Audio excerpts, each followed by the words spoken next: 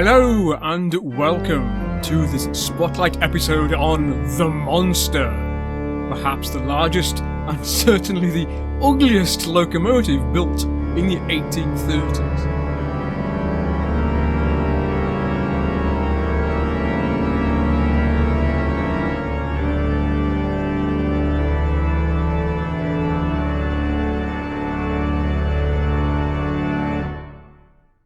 Monster was designed by Robert Stevens and Isaac Drips for the Camden and Amboy Railroad, the line which had imported the John Bull locomotive from Robert Stevenson in Newcastle upon Tyne. Both Stevens and Drips were determined to build a coal-burning locomotive of great weight and power. Work began on the Monster in 1835, with some parts made at Hoboken in New Jersey, and others at the Camden and Amboy's own workshops at Bordentown. Construction took several years, and in November 1837, Monster is described as being very nearly complete. Monster certainly lived up to her name. She had enormous outside cylinders, 18 by 27 inches, or in some sources 18 by 36 inches, and she weighed a colossal 27 tons. She was carried on 4 pairs of 4 feet diameter cast iron wheels. The wheels at the rear were fixed, with the axle boxes being riveted directly to the boiler barrel, and there were no springs.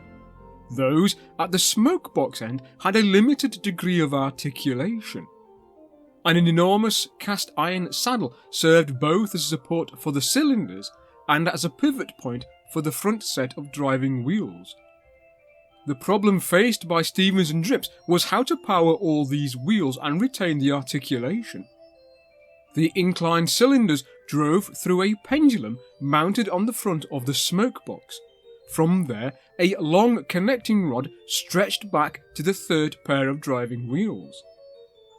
The trailing set of wheels under the firebox end were coupled with outside rods to these, all fairly straightforward.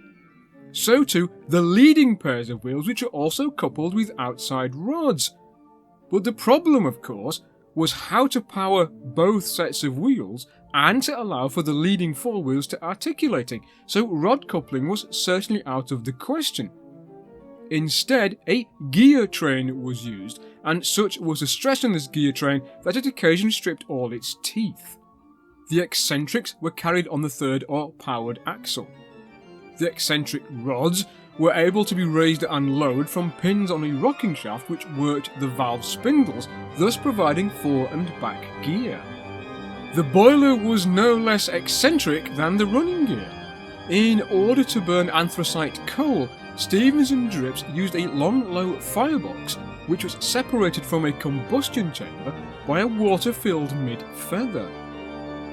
2 safety valves were mounted over the firebox, and there was a large steam dome which fed steam via outside main steam pipes to the cylinders. Unfortunately, this boiler was not much of a success, as the steam dome was blown off. The boiler was rebuilt, and the depth of grate in the firebox was reduced.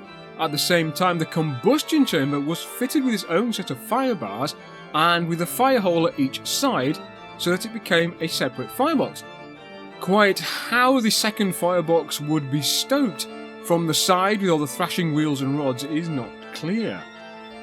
A multiple jet blast pipe was fitted in the smoke box.